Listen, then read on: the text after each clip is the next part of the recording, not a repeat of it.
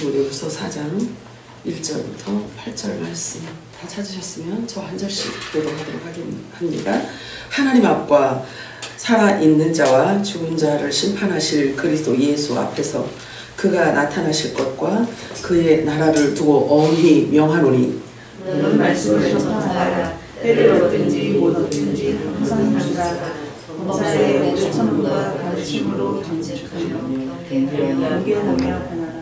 때가 이르리니 사람이 바른 교훈을 받지 아니하며 귀가 가려워서 자기 사욕을 따를 스승을 많이 두고 또 그 귀를 진리에서 돌이켜 허탄한 이야기를 따르리라.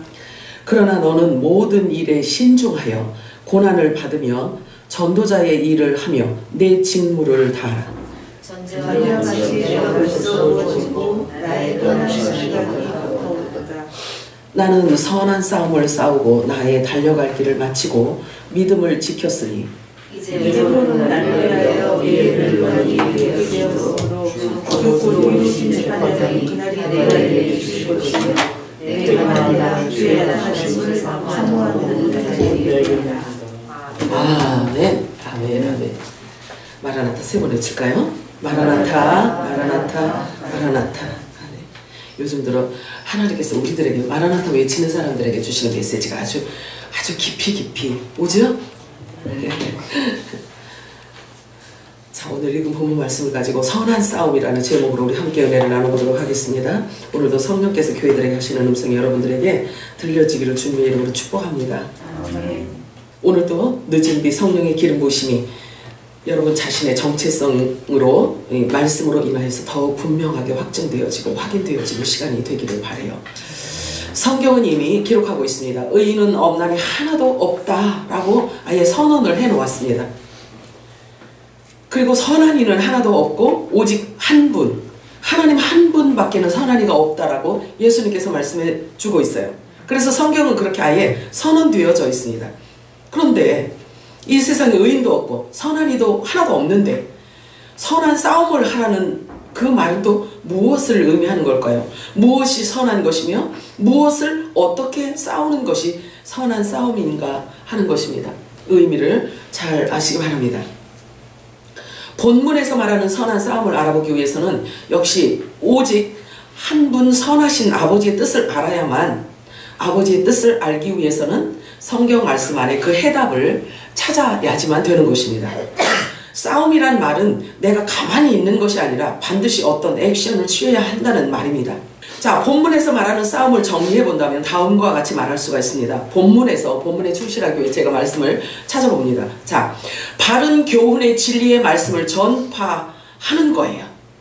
자, 그럴 때 따르는 고난이 선한 싸움이라는 거예요. 그렇게 해서 그 싸움에서, 그 선한 싸움에서 이기게 되면 어떤 것이 주어지냐면 예수님께서 공중 강림하실 때 의의 면류관을 씌워주신다는 거예요. 그러면 의의 면류관은 무엇을 의미하냐면요, 공중 휴거를 말씀하시는 거예요. 그래서 바른 교훈, 즉 진리의 말씀을 전하기 위해서는 고난이 따르게 된다는 말이고요. 그것이 곧 선한 싸움이라는 뜻인 것입니다. 그리고 그 선한 싸움을 잘 싸워서 이기면 그 끝에 의의 면류관을 받게 된다는 말씀입니다. 그런데 그 면류관을 주시는 분이 누구냐면 의로운 재판장 예수 그리스도라는 거예요. 잘 들으세요. 하나님의 말씀은요, 그냥 마구 지나가면 놓쳐버리는 게 너무 많아요. 자, 오늘 본문 말씀을 압축해서 말씀드린다면 진리를 아는 자가 그 진리를 전하는 것 그 자체가 싸움이고, 그 싸움을 싸우기 위해서는 고난이 따르게 되며, 그래도 끝까지 잘 싸워 이기면 휴거된다는 거예요. 이게 우리가 구원받는 구원의 결정체, 믿음의 결정체는 부활이에요. 그래서 부활하지 않으면 공중 들림 받지 못하는데, 사실은 그런 부활체를 입지 않으면 모든 것이 다 허사란 말이에요. 실은 우리가 신앙생활하는 것 그 자체가 우리의 본향을 향한 것이고, 본향을 위한 것이며, 본향에 대한 소망으로 사는 삶이 우리의 믿음의 결정체인 겁니다. 그 분명한 사실이 정립되지 않으면 육체를 위한 삶으로 흘러갈 수밖에 없어요. 허망한 싸움을 싸우게 되는 것입니다. 선한 싸움은 어느 한 계층에서만 이루어지는 것이 아닙니다. 아들들 모두에게 주시는 하나님의 어명이세요. 진리를 지켜야만 되기 때문에 그렇습니다. 그래서 예수 그리스도의 지체는 모두 이 선한 싸움을 싸워야만 되는 것입니다. 젊은 사람들에게는 별로 실감나지 않는 추상적인 말처럼 들리겠지만 실은 그 정체성이 없으면 본향을 향한 그 생각에 그 정체성이 없으면 이 땅에서 아무리 잘 먹고 아무리 잘 사는 삶을 살아가는 것 같아도 결국에는 처참한 결과가 기다리고 있다는 사실입니다. 회개하라 천국이 가까웠느니라. 이것은 모든 믿는 자들이 기본으로 취해야 하는 선한 싸움터로 들어가는 첫 입문 과정인 것입니다. 예수님께서 제자들을 부르시고 나를 따르라. 이제는 너희가 사람을 낚는 어부가 되리라. 예수님을 따라가는 그 길 자체가 사실은 회개로부터 시작이 됩니다. 자신을 부인하고 자기 십자가를 지고 말씀을 따르는 삶을 말하는 것이기 때문입니다. 자기를 부인하는 것이 회개인 것입니다. 우리가 잘 알아야 되는 것은 빠름보다는 발음이 더 중요하지요. 많은 것보다는 진리가 더 중요하듯이 아무리 말을 잘하고 아무리 놀라운 스펙을 가졌고 아무리 싸움을 잘한다 하더라도 자기 편이 누구이고 내 편이 누구이고 적군이 누구인지를 모르고 싸운다면 그 싸움은 오래 하면 할수록 많이 하면 할수록 허망할 뿐인 것입니다. 우리 모두의 싸움은 의로우신 재판장 앞에서의 싸움인 거예요. 그러므로 재판장님 내 편이 되어 주십시오. 이것은 말이 되질 않아요. 의로우신 재판장님은 내 편이 되어 주십시오. 네 하고 나는 내 멋대로 돌아다니고 내 멋대로 내 생각대로 마구 나가면 되지가 않아요. 의로운 재판장이 만들어 놓은 그 길 외에는요, 그 길로 가지 않으면 모두 의로우신 재판장님의 꽝꽝 이 도장에 의해서 음부로 내려가게 되어 있는 거예요. 자, 재판장은 이미 의로우시다는 분명한 전제를 갖고 계신 분이기 때문에 누구 편에 서고 누구 편으로 가고 이렇게 하시는 분이 아닌 거예요. 동의하시나요? 이게 믿음이에요. 그러므로 싸우는 자가 가장 기본적으로 취해야 하는 자세는 먼저 그 재판장이 편에 서는 거예요. 재판장이 편에 서는 거예요. 구약에 보면 그 출중한 인물 모세가 죽고 나서 여호수아가 그 이스라엘 백성들을 데리고 약속의 땅 가나안 땅을 향해서 가야 하는 아주 중차대한 시점에서 매우 엄청난 난공불락의 여리고성 앞에 이르렀을 때 다음과 같은 일을 겪게 됩니다. 여호수아서 5장 13절에서 15절 읽어볼까요? 시작.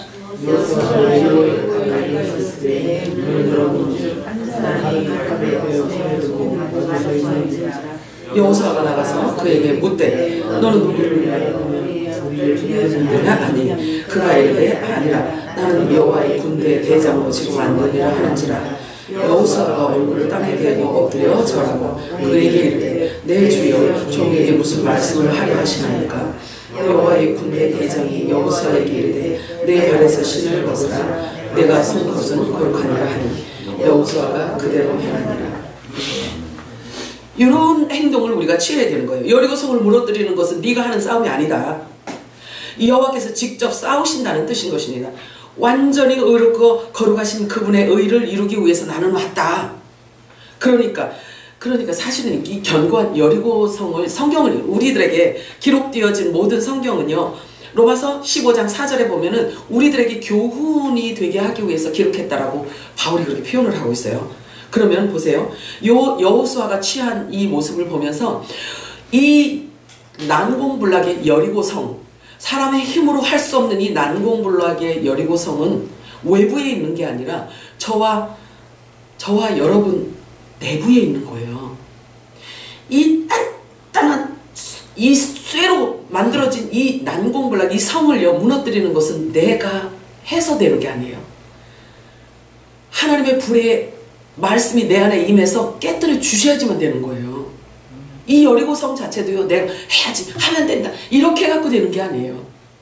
그래서 모든 방법을 다 내려놔라. 사람의 생각으로 할 수 없는 그런 사람이 상상도 할 수 없는 그 하나님의 방법을 주시는 거예요. 여리고성을 무너뜨리기 위해서 매일 한 바퀴씩 돌아라. 마지막 내려는 6바퀴를 돌아라. 이게 사람의 생각으로 할 수 있는 거냐고요. 저와 여러분 안에 있는 이 난공불락의 자아와 고집과 교만과 아집과 이 우상을 여러분 스스로 무너뜨릴 수 있을 것 같으세요? 안 돼요. 인간의 방법 갖고 되는 게 아니에요. 우리가 그동안에 종교용으로 굳어져 있던 그 모든 난공불락의 성을 무엇으로 깨든 진리의 불이 임해야 되는 거예요. 진리의 성령이 임해 주셔야지만 그걸 무너뜨릴 수 있는 거예요. 그리고 아버지의 생각을 넣어주는 거예요. 이게 선한 싸움인 거예요. 선한 싸움의 대상은 가장 큰 복병은 내 안에 있다는 것을 여러분들이 아셔야 돼요. 그걸 인정하지 않고는 안 돼요. 그렇게 하지 않으면 내가 부인되어질 수가 없어요. 그래서 내가 예수를 따르는 그것 자체, 내가 진리의 말씀을 향해서 가는 그것 자체가 내가 부인되어지지 않으면 불가능한 것입니다. 이 군대 대장이 말하죠. 나는 여호와의 군대 대장으로 지금 왔다. 그때 여호수아는 바로 알아봤어요. 듣는 귀가 있었다는 거예요. 듣는 귀가 있었다는 거죠. 내 아집과 고집과 교만으로 가득 차 있으면요, 진리의 말씀이 선포되어져도 받을 수가 없어요. 퉁 튕겨져 나갈 뿐이에요. 바로 알아봤죠, 여호수아는. 그래서 무슨 말씀을 하시려나 하니까, 무슨 말씀을 가져오셨나요? 말씀하십시오. 그래서 말씀 앞에서 무릎을 꿇습니다. 여호수아는 하나님의 군대 대장을 알아보고 말씀을 들을 준비가 되어 있었어요. 듣는 귀가 복되다고 말씀하시잖아요. 하나님께서는 모든 유명한 사람에게서만 그 사람 입만 사용하시는 게 아니에요. 하나님은 가장 무지랭이 같은 사람도 사랑하신단 말이에요. 그래서 마음이 겸손하지 않으면, 마음이 낮아지지 않으면요, 낮은 자를 통해서 하나님이 하시는 그 음성을 들을 재간이 없어요. 시편의 말씀이 있거든요. 눈이 높으면, 마음이 교만하면, 마음이 높으면 낮은 곳에서 흐르는 생수를 받아 먹을 수가 없다 그래요. 낮은 곳에서 흐르는 하나님의 그 생명수를 받을 수가 없다고 말씀하고 있어요, 시편에.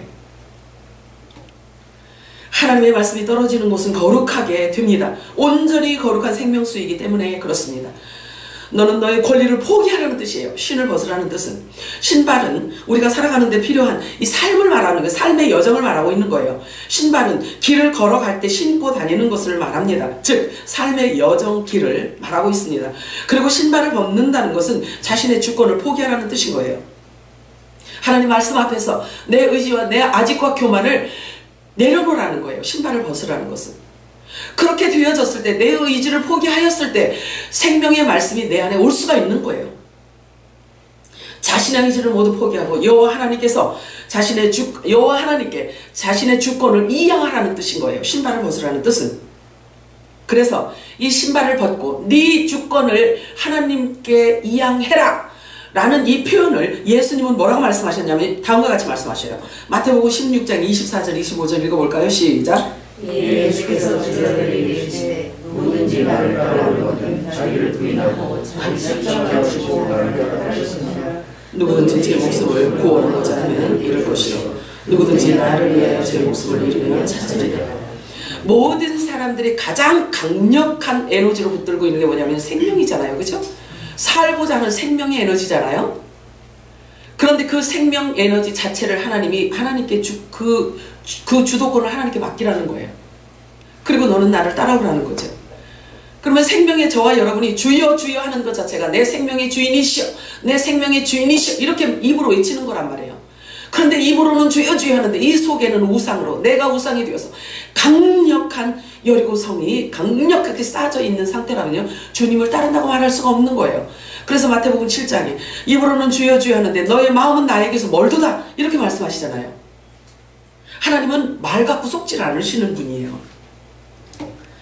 선한 싸움의 목적은 영생을 소유하느냐 빼앗기느냐의 싸움이기 때문에 너무나 중요한 싸움인 것입니다. 바울은 이 싸움을 다음과 같이 설명하고 있어요. 에베소서 6장 13절에서 17절 읽어볼까요? 시작. 악한 날에 너희가 능히 대적하고 모든 일을 행하기 위해 서기 원하노라. 그런즉 서서 진리로 너희 허리띠를 띠고 의의 호신경을 치고 평안의 복음이 준비한 것으로 신을 신고 모든 것 위에 믿음의 방패를 가지고 이로써 능히 악한 자의 모든 불화살을 소멸하고 구원의 투와 성령의 검 곧 하나님의 말씀을 가지라. 자, 여기 말씀 중에서 세상에서 내 생명의 에너지, 내가 살아가기 위한, 육을 위한 이 에너지를 축적하기 위해서 배운 학식이 이 안에 있나요? 하나라도? 이게 영적인 부분이냐 육적인 부분이냐, 이것은요 우리가 영생을 얻느냐, 영원한 영생을 얻느냐 아니면 영벌로 가느냐가 이런 거라고요. 그러니까 육과 영이, 자 그러잖아요. 예수님께서, 바울이 그런 말을 하잖아요. 혼의 사람은, 육의 사람은 영적인 것을 듣지도 못할 뿐 아니라 받지를 못한다는 거예요. 다르니까. 육이 살기 위해서 내 스펙을 쌓아가는 자들에게 이 영의 말씀을 주잖아요. 그러면 이 영으로 받는 게 아니라 육으로 받아요. 그래서 이것을 다 자기 에너지로, 다 나의 자아 키우는 에너지로 키워간단 말이에요. 이것이 종교 영인 거예요. 이게 여리고성이다. 율법의 죄와 사망으로부터 자유케 하는 새 언약의 말씀인 거예요. 이것만이 우리를 살릴 수 있고 주님 앞에 설 수 있는 거예요. 그래서 하나님의 전신 갑주를 입어야 된다라고 말하고 있잖아요. 이 진리의 말씀을 말하고 있는 것입니다. 평안의 복음이 준비한 것으로 신을 신으라고 말하고 있어요. 그리고 손에 들려져야 될 것은 뭐냐면 성령의 검, 말씀을 들으라는 거예요. 그리고 계시록에 뭐라고 말씀하시냐면 피 뿌린 언약의 약속의 말씀을 들으라, 이 얘기예요. 새 언약의 말씀을 말하고 있는 것입니다. 실은 선한 싸움을 싸우기 위해서는 성령의 검, 하나님의 말씀을 가진 자만이 이길 수가 있는 것입니다. 사람의 생각을 통로로 해서 사용하는 이 사단의 생각과의 싸움이기 때문에 성령의 기름 부심이 없으면 결코 이길 수가 없는 것입니다. 자신 안에 견고한 여리고성은 누가 무너뜨릴 수 있는 게 아니에요. 나의 생명의 주인 되시는 그분이 오셔서 그걸 무너뜨려 주셔야 되는 거예요. 그래서 각각에게 빛이 비추어진다라고 말하고 있는 거예요. 요한복음 1장에 보면은 그러잖아요. 나는 사람에게 비치는 빛이다, 이렇게 말씀하고 있어요. 그래서 각 사람에게 비치는 빛이 임하였나니, 이렇게 말씀하신단 말이에요. 그래서 하나님의 생명은요, 영원한 생명은 각 사람에게 빛으로 임하여서 영원한 생명으로 바꿔가시는 거예요. 그렇기 때문에 각 사람들 안에 이 쇠로 만든 이 여리고성, 누구도 건드릴 수 없는 이 여리고성을 빛이 임하여야지만 그것이 녹아지고 깨어지고 제거가 되어지는 것입니다. 내게로 돌아오라, 내게로 돌아오라. 성경은 계속 그러셔요. 내게 돌아오라, 내게 돌아오라. 거기서 나와서 내게 돌아오라, 거기서 나와라, 내게 와라. 이렇게 자꾸 성경은 그렇게 말씀을 하세요. 그런데 하나님이 우리 눈에 없는데, 지금 예수님도 안 계시고, 그런데 어디로 가? 하나님이 오라고 하시는데 어디로 가요? 어디로 가야 돼?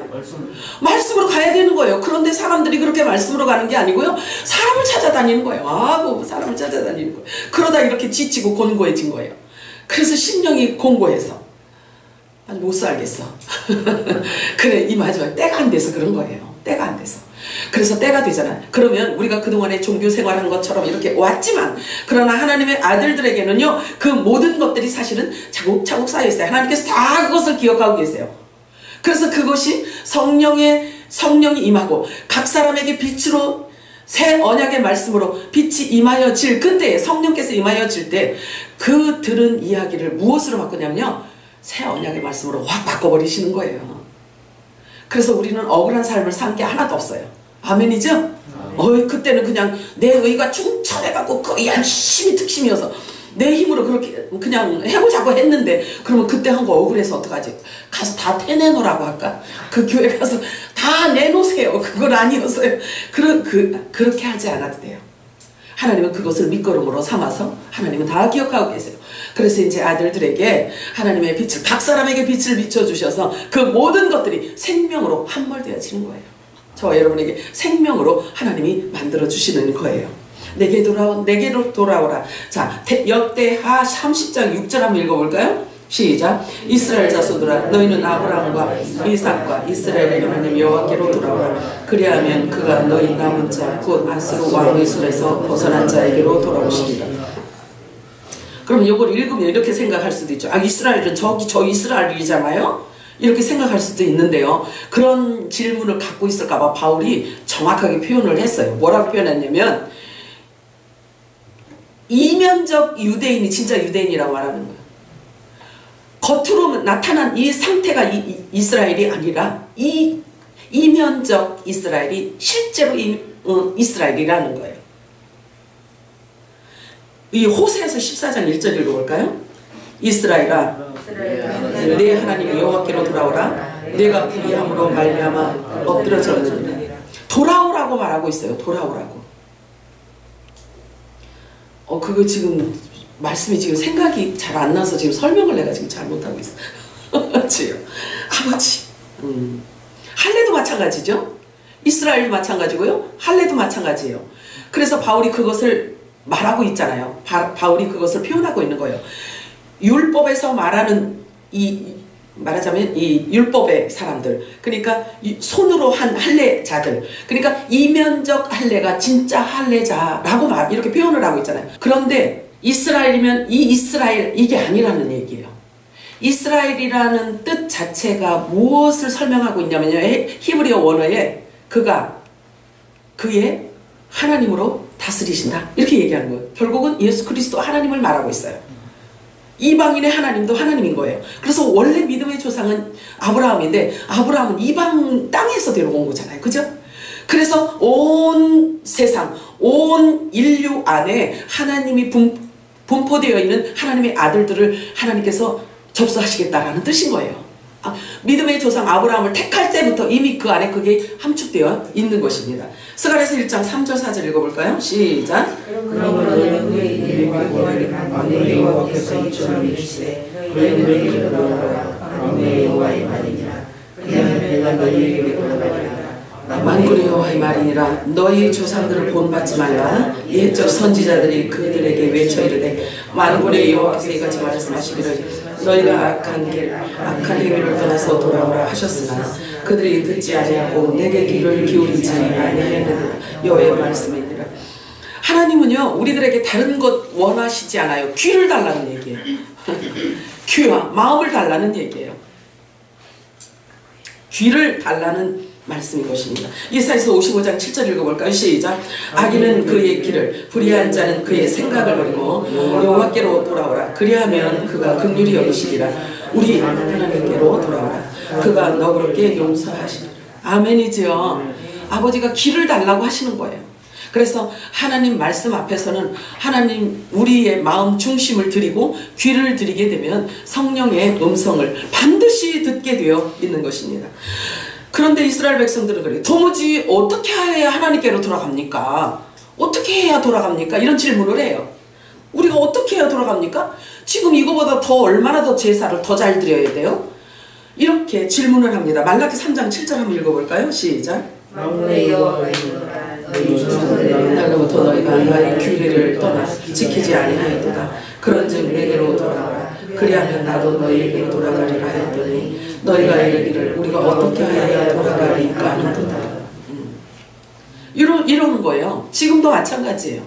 이렇게 예배 잘 드리고 프레임 안에서 그냥 막 얼마나 화려하게 일어났다 앉았다 막 주문 외우고 막 이렇게 이거보다 얼마나 더 예배를 더 잘 드려야 되는데 이것이 신령과 진정으로 드리는 예배 아닌가요? 이런단 말이에요. 그래서 그 자긍심으로 살아간다고요. 그런데 주님은 그래요. 말씀으로 돌아오라고 말씀하세요. 말씀으로 돌아와라. 돌아오라. 거기서 나와라. 돌아서라. 이 모든 표현은 다 동일한 말이에요. 이 모든 표현을 하나로 묶어서 표현한다면 회개하라. 천국이 가까웠다. 묶어서 얘기하면 그 말이에요. 그러므로 성경이 말하는 진정한 회개는요. 내 생각을 부인하고 나의 옳음을 부인하고 하나님의 말씀을 내 생각의 기준으로 교정하는 것이 진정한 회개인 것입니다. 그래서 말씀을 통해서 열매를 맺어야 그게 성령의 열매가 되는 것입니다. 자, 그러므로 성경이 말하는 죄와 회개는 일반적으로 세상이 말하는 그런 개념이 아닌 것입니다.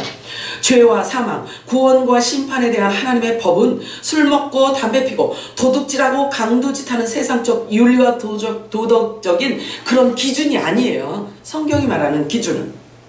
성경이 말하고 있는 죄와 사망은 예수를 믿느냐 믿지 않느냐를 하나님께서는 보고 계세요. 그러면 나 예수 믿는데 길에 지나가는 사람들한테 물어보세요. 기독교인들한테 물어보면 전부 다 예수 믿는다고 하지. 안 믿는다고 하는 사람은 없어요. 그치? 그런데도 하나님은 내게 돌아오라 이렇게 외치시니, 회개하라고 이렇게 외치시니 도대체 뭐지? 알아야 돼요. 이 영적인 정체성이 세워지지 않으면 잘 못 알아들어요. 성경이 말씀하고 있는 죄와 사망은 예수를 믿지 않는 것을 말하고 있어요. 또 다른 표현으로는 성령의 기름 부심으로 전하는 천국 복음, 영원한 새 언약의 말씀을 전달이 되는데, 말씀을 선포하고 있는데 그 말을 믿지 않고 받지 않는 것이 바로 영원한 불못에 던져지는 무서운 심판에 놓이는 죄가 되는 것입니다. 그러면 아무 말이나 다 강대성에서 외친다고 다 영원한 복음이 아닐 수도 있다라는 이야기죠. 그럼 그걸 어떻게 안 돼요? 성령이 가르쳐 주세요. 그것을 일컬어 예수님께서는 성령 회방죄라고 말씀하고 있어요. 예수님께서 그렇게 말씀하시거든요. 내가 육신으로 이렇게 있을 때는 너희들이 나를 조롱하고 나를 비난하고 나를 이단 중에 괴수요, 막 귀신 들린 무슨 뭐라고 하죠? 귀신 들린 자요, 막 너네들이 그렇게 아무리 해도 그것은 내가 심판하지 않는다. 그런데 그것이 실제로 죄가 죄로 되어질 그때가 온다. 그때는 이때요. 마태복음 12장 32절 읽어볼까요? 시작. 누구든지 말로 인자를 거역하면 사하시는 때, 누구든지 말로 성령을 거역하면 요 말을 정확하게 우리가 인지하지 못하면 안 돼요.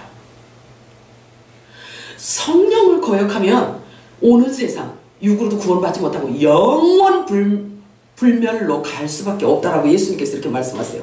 이건 무슨 얘기냐면, 풀어서 얘기하자면요, 늦은 비 성령의 기름 부으심을 의미하는 거예요. 이거는 마지막 때 주님께서 마지막 때 임하셔서 늦은 비 성령을 한량없이 부어주셔서 기존 종교 생활했을 때의 설명이 아닌 성령께서 가르쳐 주시는 여시는 이 진리의 성령의 말씀이 선포되어질 때 이게 마지막 기회거든요. 그러면 이 마지막 추수 기간에 주어지는 이 기름 부으심에 대한 메시지를 무시할 때 이걸 말하고 있는 거예요. 그러면 지금 어떻게 생각을 해야 되냐면요, 그 기회가 오늘일 수도 있다라는 생각을 해야 된다는 거지. 영원한 복음으로 의로우신 재판장 앞으로까지 가지고 갈 말씀이기 때문에 이 말씀을 거역하거나 이 말씀을 대적하면 안 되는 거예요. 그래서 영원히 소유하게 될 생명의 말씀이 영원한 복음인 것입니다. 예수님이 육체를 입고 있는 동안에는 그분의 말씀을 믿지 않고 말로 그분을 거역한 것은 사하심을 얻을 수 있다라고 말씀하고 있어요. 예수님이 육체로 있을 동안에 일어났던 모든 일들은 다 그것은 용서받을 수 있는 죄라는 거죠. 그런데 성령께서 오셔서 성령이 말씀하고 있는데 성령이 증거하는데도 거역을 한다? 이 세상에서도 구원받지 못하고 영원한 영벌에 처할 수밖에 없다라고 말하고 있는 거예요.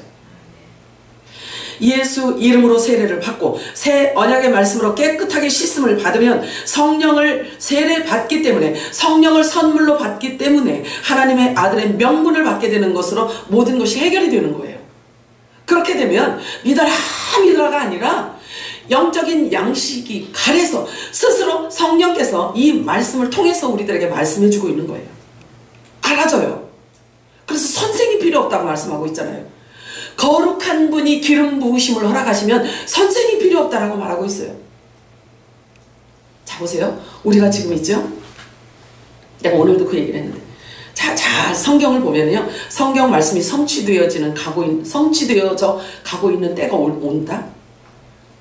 선생이 나에게 없는 그런 시간이 올 수 있단 말이에요. 나에게 말해줄 나에게 성경을 풀어서 얘기해 줄 수 있는 그런 선생이 이제는 필요 없어서 필요 없기도 하지만 내가 필요한데도 없는 때가 온단 말이에요. 올 수도 있는 거예요. 지금 어떤 프레임을 보면요, 그렇게 가고 있어요. 그래서 지금 한량없는 성령의 기름 부으심을 계속해서 받아놔야 되는 거예요. 그래서 저와 여러분을 필요로 하는 자들에게 하나하나 생명을 줘야 되기 때문에 그 시간이 지금 오고 있다. 성경은 그렇게 말씀하고 있기 때문에 그런 거예요. 내 말이 아니라. 그러면 잘 여러분들이 눈을 쫙 물어 올려서 하나님의 관점으로, 하나님의 시선으로, 성경을 기록할 때 성령의 그 감동으로, 그 성령의 눈으로, 그 매보다도 더 예리한 7 영의 눈으로 지금 프레임을 보세요. 선생이 있을 수 없는, 선생이 일할 수 없는 그런 때가 온다고. 자, 믿음은 들음에서 나는데, 그러면 전해주는 자가 없어진다면 어떡하죠? 전해주는 자가 아니 전해줘야 들을 거 아니겠어요? 그지? 그런데 전해주는 자가 이제는 나도 필요 없고, 전해주는 자가 이제는 없을 그 시간이 올 때를 대비하는 거예요, 지금. 그래서 지금 한량없는 기름 부으심을 여러분들이 받아야 되는 거예요. 지금이 그때인 거예요. 자, 에베소서 5장 26절 27절 읽을까요? 시작. 이는 물로 씻어 말씀으로 깨끗하게 하사 거듭하시고 자기 앞에 영광스러운 교회로 세우사 티나 주름자 비롯이나 이런 것들이 없이 거룩하고 흠이 없게 하려 하시고. 아멘. 거룩과 성결은 내가 머리띠를, 시뻘건 머리띠를 딱 띄고 막 하자, 한번 해보자, 이래서 되는 게 아니에요. 거룩과 성결은 이렇게 거룩하신 분이, 거룩하신 성령으로 내 안에 오셔서 나를 그렇게 되어지게 만들어 주셔야 되는 거예요. 그래서 말씀과 기도로 거룩하여지니라, 만물이 거룩하여지니라, 이렇게 말하고 있어요. 그동안 우리가 열심히 특심해서 신앙생활 했더니 그 온갖 충성스러운 그런 모든 것들은 사실은 보면 내 의를 키워가는데 충천하여서 자기 만족으로 행한 것들이 어쩌면 많을 수도 있었다는 생각이 들기도 합니다. 여러분들은 아니겠지만 저는 그런 것 같아요. 자, 그렇다고 무효로 하나님께서 무효다라고 말씀하시지는 않습니다. 아들들이 행한 모든 것들은 하나님이 허용하심에서 일어난 일들이기 때문에 하나님이 다 기억하고 계신다는 거예요. 하나님의 모든 뜻은 절기를 통해서 이루어 가십니다. 정해진 대로 이루어지고 성취되어 가기 때문에 낮의 아들들, 빛의 아들들, 후사들, 좋은 씨, 본래 하나님께 있었던 그 천국 백성들은요, 알아요. 시즌을 알아요. 그래서 절기를 알 수 있는 지혜를 성령께서 주신단 말이에요. 무엇을 통해서? 말씀을 통해서 깨닫게 하시는 거예요. 다른 표현으로는요, 듣는 귀가 있다는 거예요. 이 후사들에게는요, 신부들에게는.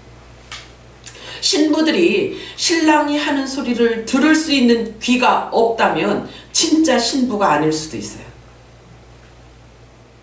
그래서 계시록에 보면 뭐라고 표현하고 있냐면요, 목마른 자들아 다 오라, 성령과 신부가 하는 소리를 들어라. 그 얘기는 성령께서 신부들에게 양식을 줘서 신부 입을 통해서 내가 쏟아낼 거니까 목마른 자들아 다 와라, 이렇게 말씀하신다. 그래서 신부들은 듣는 귀가 있고 보는 눈이 있게 되어 있어요. 그래서 시즌을 안다는 거죠. 자, 후사들은 어마어마한 복을 받은 자들이에요. 아멘인가요? 아멘. 내 느낌은 아닌 것 같은데요.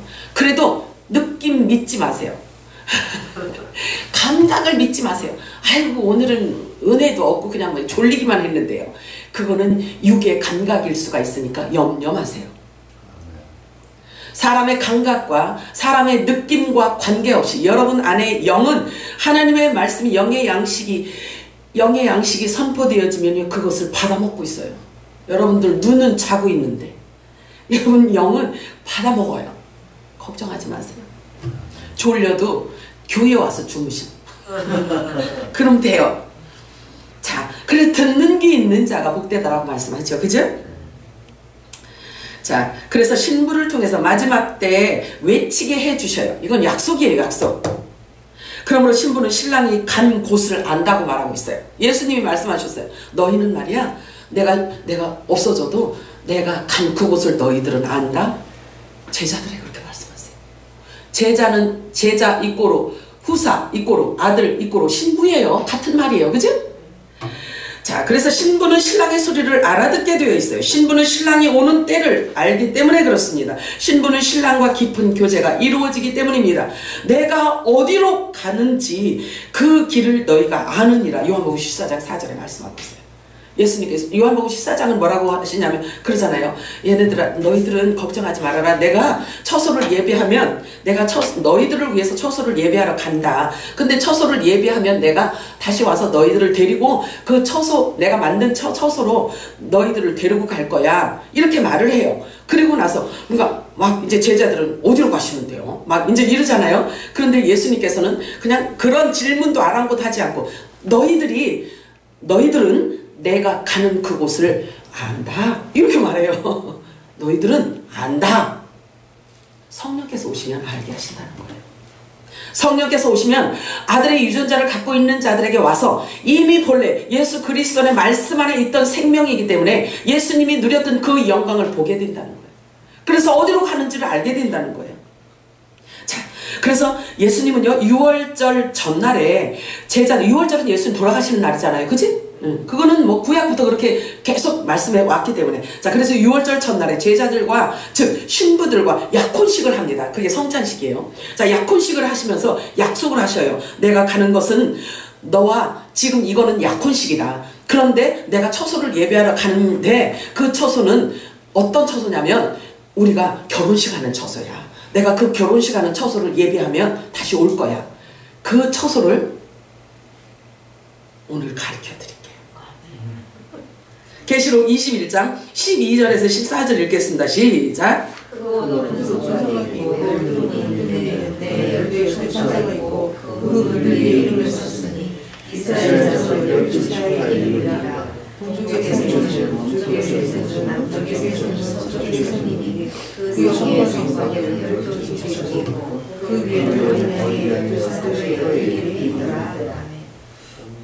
제가 거기 부연 설명을 써놨죠. 종들이 가는 곳이 있고요. 그리고 신부들이 가는 곳이 있어요. 그래서 이 12기초석이 저와 여러분이 예수님하고 결혼식 할 자리예요. 장소라고요.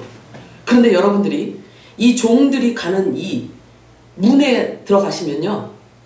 돼요? 안 돼요? 안 돼요. 안 돼요. 예를 들어서 문으로 들어가면요. 영원히 종이 돼버리는 거예요. 우리 결혼식장은요.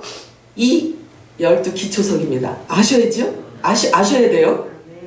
이게 우리 결혼식 장소 처소예요.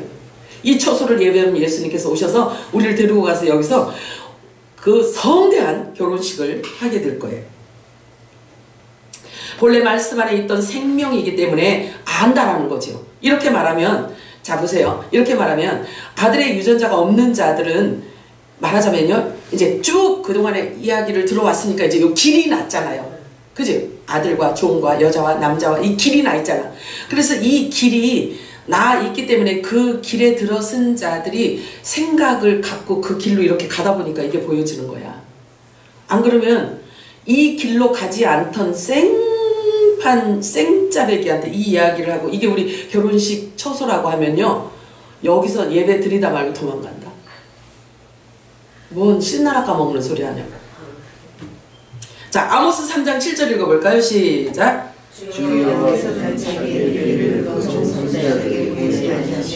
결코 행하실 일 없으시라. 결혼식 처소를 이렇게 얘기해줘야 알지, 그죠? 이야기를 해준다는 거예요. 먼저 알리고 신부들이 준비하게 한다는 거죠. 데살로니가전서 5장 4절에서 6절 읽어볼까요? 시작. 형제들아, 너희는 어둠에 있지 아니하되 나를 이루고 같이 너희 임하시고 하니 너희는 다 빛의 아니요 낮이하리라. 우리가 밤이 나온 곳에서 가지 아니하나니 그러므로 우리는 다른 이들과 같이 자장을 하고 정신을 다지라. 아멘이죠. 무엇으로 정신을 차릴 수 있어요? 말씀밖에는 없는 거예요. 때가 되기 전에는 모든 이가 다 잠들어 있다라고 성경은 말하고 있어요. 다 잠들어 있다라고 말합니다. 그래서 마태복음 25장에 보면은요, 그 신부장인데 휴거장이고, 근데 거기 열처녀라고 하잖아요, 그지? 그래서 슬기로운 여자도 슬기로운 처녀도 거기 잠들었다고 해요. 다 잠들었다고 해요. 깊이 잠들고 잠들게 하는 것조차도 하나님의 허용하심이란 말이에요. 그런데 깰 때가 있다는 거예요. 깰 때가 있다는 거예요. 자, 아가서 3장 5절 읽어볼까요? 시작. 예루살렘 딸들아 내가 노루와 주사슬로 너희를 부탁한다. 사랑하는 자가 문하기 전에 흔들리지 말게 태우지 말지니라.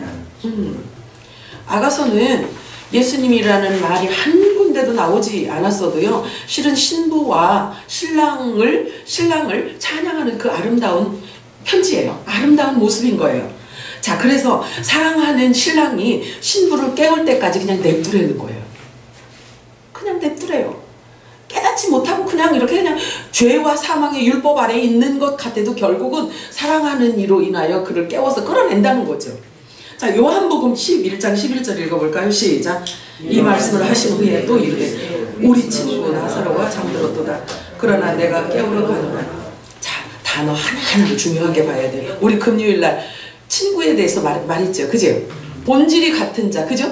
같은 급으로 놓고 예수님께서 우리 보고 친구라고 표현을 했잖아요. 그러면 요 말씀도 마지막 때 살려주는 영을 빛의 아들들에게 한량없이 기름 부어준 자들을 통해서 하실 일을 우리들에게 가르쳐 주시는 거예요. 자, 그래서 가장 깊은 가장 밤중에 신랑의 소리가 들려지게 되어 있습니다.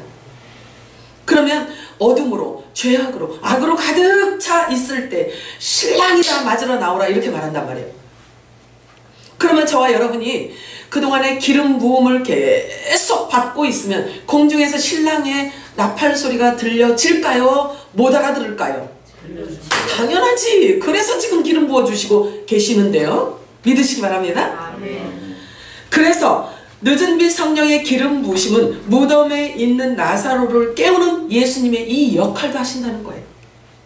그래서 시청각 교육으로 우리들에게 가르쳐 주신 거예요. 하나하나 한 장면 한 장면 모두 다 신부들에게 주시는 메시지인 거예요. 자, 그래서 계시록 19장에 보면은 예수의 증언은 예언의 영이라 라고 말씀하고 있습니다. 그래서 빛의 아들들은 하나님의 새 언약의 생명수 말씀을 받았기 때문에 그 말씀을 선포하여서 풀어놓아 다니게 해 주어야 하는 그런 역할이 주어진 거예요. 그래서 그거 보고 의의 직분이라고 하고 화목직책을 받은 자들이라고 말하고 있는 것입니다. 마지막 때에 하나님과 화목을 이루어주는 죄사함의 권세를 준 것을 말하고 있는 거예요. 잘 기억하시기 바라요.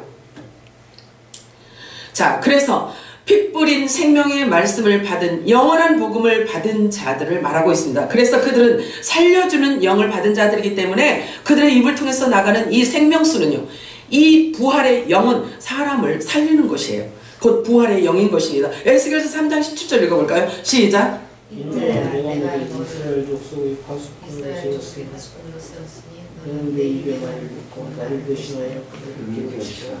사신으로 우리를 세우셨잖아요. 그죠? 그리스도의 사신으로 우리를 세우셨기 때문에 사신이 전해야 되는 말이 있어요. 그런데 그것은 모두 그리스도의 말씀 외에는 없는 것입니다. 그러니 사람의 생각을 거기에 보탤 수가 없는 거예요. 자, 그래서 사신이 된 저와 여러분에게, 화목직책을 받은 저와 여러분에게 말씀을 주셨어요. 그런데 그 말씀을 선포할 때 어떤 일이 일어나느냐? 에스겔서 37장 4절에서 7절 그리고 10절을 읽겠습니다. 시작. 또 내게 이르시되 너는 이 모든 뼈에게 명하여 이르기를 너희 말을 따르고 여호와의 말씀을 지키라. 주 여호와께서 이 뼈에게 같이 말씀하시기를 내가 승리를 너희에게 들어가리니 너희가 생각하라. 너희 위에 혈줄을 두고 살을 입고 가죽을 입고 너희 속에 생기를 넣으니 너희가 생각하니라. 또 내가 여호와인 줄 너희가 알리라 하셨다. 이에 내가 명령하라 되었나니 대화할 때의 소리가 나고 움직이며 이뼈 잡으려고 뼈들이 손으로 연결되더라. 이에 내가 그 명령대로 되어나가니 생기가 그들에게 들어가네. 그들이 목숨하면서 일어나서는데 깊이 큰 물에 들어가다. 아멘.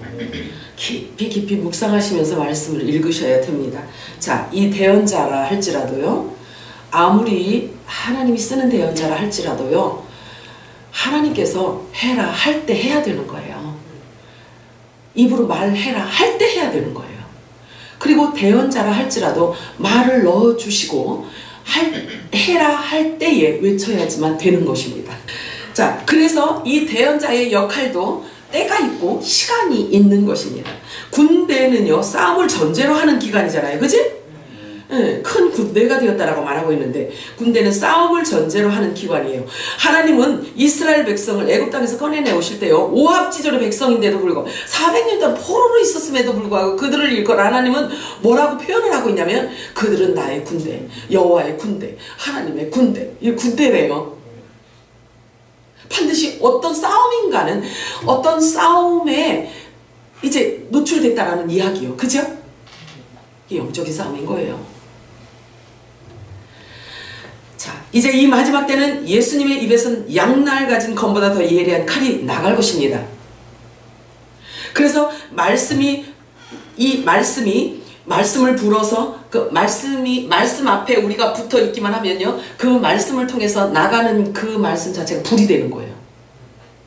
그래서 죄를 태우고 길을 내고 이렇게 마시게 하고 이렇게 하는 거예요. 이런 관점으로 성경을 풀어가야 계시록이 열려 그냥 가볍게 그냥 우리들에게 이렇게 붙어서 마지막 접목이 된단 말이에요. 이거 지금 성경 계시록이 있는 것 같고 지금 얘기하는 거예요. 그러면 이 말씀이 하나란 말이야. 그래서 마지막 때 빛의 아들들이 말씀을 선포할 때에 불이 나가는 거예요. 우리 어제 최 집사님 이런 말씀, 그러니까 이렇게 공산 국가가 안 늘 거예요. 왜 그러냐면 하나님 입에서 막 이렇게 왜 영화 같은 거 보면은 용 입에서 불이 와 이렇게 나가는 거, 그거 갖고 연상을 하면서 얘기를 하시는 거예요. 근데 성경은 그게 아니야. 그게 아니고 하나님의 진리의 말씀이, 숨겨져 있던 진리의 말씀이 누군가가 이것을 캐갖고 이렇게 선포하잖아요. 선포를 하잖아요. 그러면 이 불이 이미 나간 상태란 말이에요. 진리가 이미 이 진리의 말씀이 불이 되어서 나가서 움직인단 말이에요. 그러면 이 진리가 아닌 다른 종교 영으로 막 쏟아냈던 그곳에 이게 가서 불 살라버린단 말이에요. 그래서 갈라진다고. 영생으로 가느냐, 그 안에서도 사는 자가 있겠지, 그죠? 그럼 영생으로 가느냐 아니면 영벌로 가느냐, 영원히 짐승표를 받는 곳으로 가느냐, 이렇게 된다고. 갈라진다고. 그러니까 진리가 선포되어지는 것 자체가 심판이 이 땅에 임하는 거예요. 그래서 이 땅의 임금이 심판을 받았다 이렇게 얘기해요. 예수님 그렇게 말씀하세요. 심판을 이미 받았다. 왜? 진리를 가진 자가 이제 쏟아내기 시작한다. 각 사람에게 빛으로 임하신 그 사람에게 임한 그 빛이 그를 통해서 일하고 있기 때문이다. 그래서 이 땅의 임금이 심판을 받았다 이렇게 얘기하는 겁니다. 이해가 되죠? 막 입에서 불이 훅 이렇게, 이게 아니고 그것도 재밌잖아, 그죠? 근데 말씀은 영적인 말씀은 영이기 때문에 그렇게 이제 해석을 해야 되는 거예요. 자, 누가복음 3장 16절 읽어볼까요? 시작.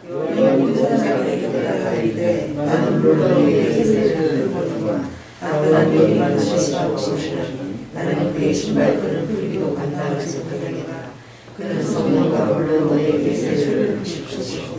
아멘. 마지막 때는 이 물과 불로 성령 세례를 마구 주셔야 돼요. 마구. 그렇게 하셔야만 되는 때가 된 거예요. 왜? 마지막 추수를 해야 되기 때문에 그런 것입니다. 이 불세례는 마지막 때 그리스도의 지체들에게 죄를 사는 권세와 함께 주어지는 것들이기 때문에 한량없는 기름 부으심이 여러분들에게 지금 임하고 있는 것입니다. 받으시기 바라요. 예레미야 23장 29절 읽겠습니다. 시작. 여호와의 말씀이니라. 내 말이 불같지 아니하냐? 바위를 쳐서 부숴드리는 방망이 같지 아니하냐? 마지막 때 추수 타작하는 장면인 거예요. 사람이 사람을 방망이처럼 두들겨 팰 수 있나요? 이래가지고 되겠냐고요. 고발당하지. 그런데 부숴뜨리고 방망이처럼 두들겨 패는 게 뭐냐면 진리의 말씀이, 말씀이 나갈 때 불의 역할, 몽둥이 역할을 한다는 거죠. 이사야서 52장 7절 읽겠습니다. 시작. 좋은 소식을 전하며 평화를 공포하며 복된 좋은 소식을 가져오며 구원을 공포하며 시온을 향하여 이르기를 내 하나님이 통치하신다 하는 자의 산을 넘는 발이 어찌 그리하리까. 이 아름다운 발을 우리가 만나지 못한 거죠. 이 아름다운 발을 만나야 되는 건데, 근데 여러분들을 하나님께서 이 아름다운 발로 사용하실 거예요. 이사야서 61장 1절 읽겠습니다. 시작. 주 여호와의 영이 내게 내리셨으니 이는 여호와께서 내게 기름을 부으사 가난한 자에게 아름다운 소식을 전하게 하려 하심이라. 나를 보내사 마음이 상한 자를 고치며 호래된 자에게 자유를, 갇힌 자에게 노임을 선포하며. 할렐루야. 이게 마지막 때 빛의 자녀들을 통해서 하실 일인 것입니다. 아름다운 소식을 전하는 발이 되게 하기 위해서 한량없는 성령의 기름 부으심을 지금 하나님께서 붓고 계신 거예요, 여러분들한테. 자, 이른 비 늦은 비로 추수 때의 그 장면을 또 이렇게 말씀하십니다. 신명기 11장 14절 읽겠습니다. 시작. 여호와께서 너희의 땅에 이른 비 늦은 비를 적당한 때에 내리시리니 너희가 곡식과 포도주와 기름을 얻을 것이요. 할렐루야. 아멘. 이 영적인 곡식이에요. 영적인 영혼을 말하는 거예요. 곡식과 포도주와 기름. 자, 예레미야는 또 그렇게 예레미야 선지자는 5장에 이렇게 말씀하세요. 너희 마음으로 우리에게 이른 비와 늦은 비를 때를 따라 주신다고 말씀하고 있어요. 때를 따라. 그래서 우리를 위하여 추수 기한을 정하자. 하나님께서요, 우리를 위해서 기한을 정하셨는데 이 늦은 비 때가 따로 있는 거죠. 이른 비는 뿌리로, 이른 비는 씨를 뿌리러 예수님이 오셨고, 그래서 늦은 비는 예수님의 재림을 바라고 있는 거예요. 아멘.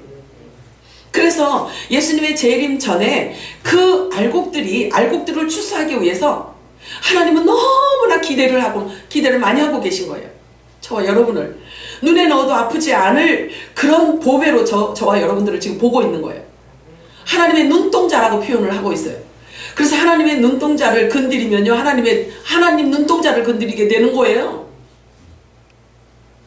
실제로 그렇다니까? 내가 소설책 갖고 얘기하는 게 아니요. 아버지 말을 내가 전달하는 거예요.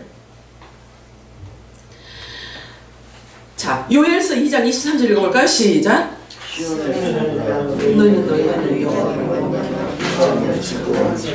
그가 너희를 이런 비를 너희에게 적당한 것이니. 아멘. 이 예전은 언제를 얘기할까요?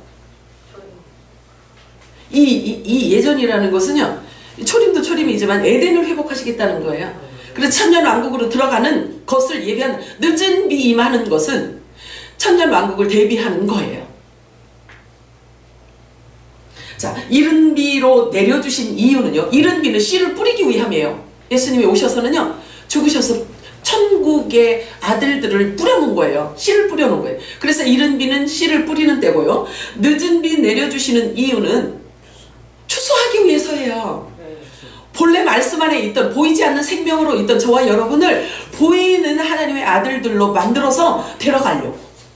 그래서 늦은 비를 주시는 거예요. 그래서 농부는 이 추수 때를 얼마나 기다리실까요? 하나님께서 우리를 얼마나 기다리고 계시는지 몰라요. 아멘이죠? 아멘. 의로우신 재판장 되시는 이 농부 하나님을요, 우리도 기다려야 돼요. 빨리 추수해 가세요. 빨리 추수해 가세요. 그래서 우리가 맨날 마라나타 외치고 있잖아요. 야고보서 5장 7절 읽어야 되네. 시작. 그러므로 형제들아, 주께서 강림하시기까지 길이 참으라. 보라, 농부가 땅에서 나는 귀한 열매를 바라고 길이 참아 이른 비와 늦은 비를 기다리라니. 얼마나 기다리시겠어요, 농부께서. 그래서 저와 여러분이 하나님께서 그토록 사랑을 우리들에게 베풀어 주시고 하나님의 생명까지 아끼지 않고 주신 그 사랑을 우리가 받고 있잖아요. 그러니까 정말 알고 아름답고 거룩하고 구별되고 성결하고 정말 누가 보아도 정말 아름다운 그런 열매로 저와 여러분이 맺어가야 되는 거예요. 아멘이죠? 아멘. 읽겠습니다. 시작. 내가 이것으로 형제를 깨우치면 그리스도의 좋은 복음이 되어 믿음의 말씀과 그것과는 좋은 복음으로 위하여 하리라. 만능으로 한탄한 자를 보고 권리이고 아멘. 내 자신을 연단하라고 말씀하고 있죠. 하나님의 말씀이 선포되어질 때 내 안에서 그것을 수용되어지지 않는 그것을 연단하라는 거예요. 자, 베드로전서 3장 8절 9절 읽겠습니다. 시작. 마지막으로 말하노니 너희가 다 마음을 같이하여 동정하며 형제를 사랑하며 불쌍히 여기며 겸손하며 악을 악으로 욕을 욕으로 갚지 말고 도리어 복을 빌라. 이를 위하여 너희가 부르심을 받았으니 이는 복을 이어받게 하려 하시니라. 아멘. 하나님 나라를 주시겠다는 거예요. 자, 베드로전서 1장 22절 읽겠습니다. 시작. 진리를 순종함으로 너희 영혼을 깨끗하게 하여 거짓이 없이 형제를 사랑하기에 이르렀으니 마음으로 뜨겁게 서로 사랑하라. 이렇게 명령이 주어지지요. 하나님의 말씀으로 우리 자신을 연단하게 되면 거짓 없는 사랑으로 형제를 사랑할 수 있게 되는 것입니다. 그래서 서로 뜨겁게 사랑하게 됩니다. 우리 안에는요, 이런 진리가 없어요. 이런 사랑이 없어요. 하나님의 사랑이 우리 안에는 없는 거예요. 그렇기 때문에 하나님이 우리들에게 부어주시는 거예요.